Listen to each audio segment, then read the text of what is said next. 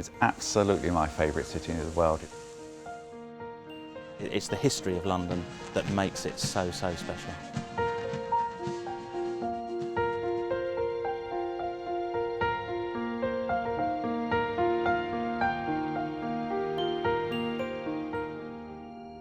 When we were looking at the design of the site, we looked into obviously the historical context, and you can see the urban grain of Strand being there from the 14th century.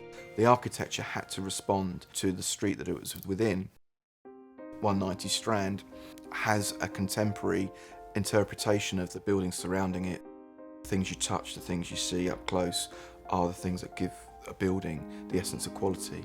So the Portland stone, the metalwork, the oak, the brickwork, so they complement each other.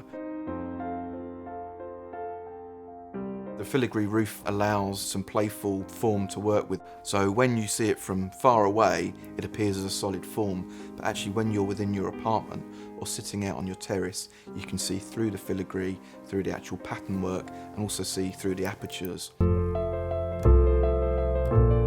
Strand sits to the west of the actual City of London. At the other end of the Strand, of course, it leads into Trafalgar Square, where the National Gallery and the National Portrait Gallery are based. St Clement Danes, as it stands at the moment, was built by Sir Christopher Wren in 1681 and is a fine example of his architecture, and is in fact a Grade 1 listed building.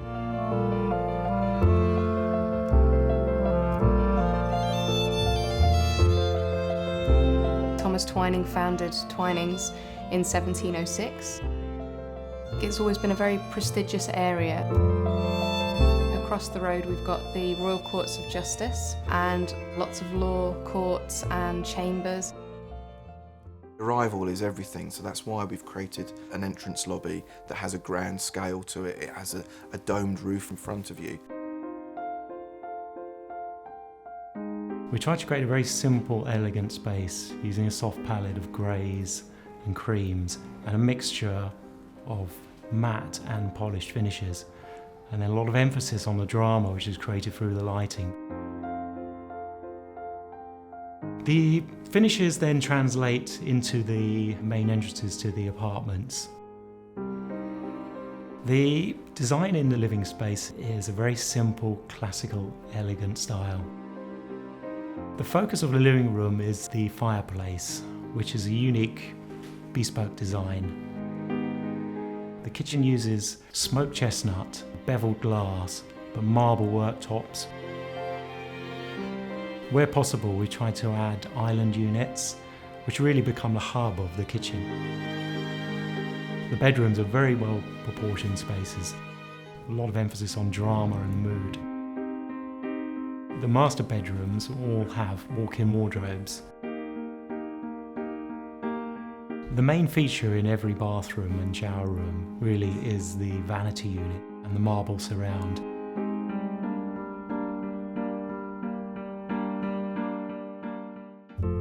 There's been a theatre on this site, the Adelphi, since 1806. The area of the Strand where the Adelphi is, you can trace it right back to the Roman period. You can see history in layers, in cultures, in the architecture, and in everything that's going on around you. What Stanley Gibbons adds to the Strand is that sense of history. We've been on the Strand since 1891. We are one of the oldest residents, and through that I think we just help to give that sense of gravitas.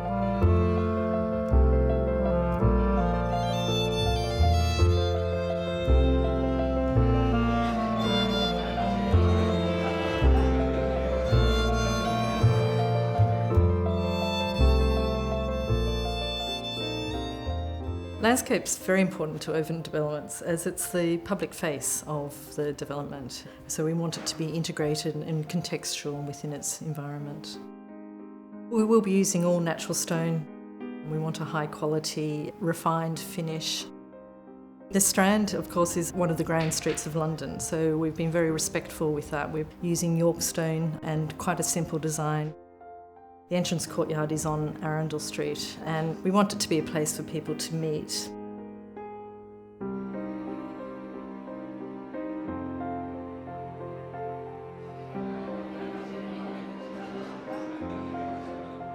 The private courtyard is an interesting space, and it's for all the residents. The courtyard will have a granite water feature and it will be lit in the evenings as well. There's a multitude of additional facilities. There's a lap pool and a spa, a vitality pool, steam room, sauna and a cinema preview room. It's fantastic to be involved in such a prestigious and iconic building. There is space to actually have a private haven but with the views of London. It's a place that people want to be in, that they will enjoy.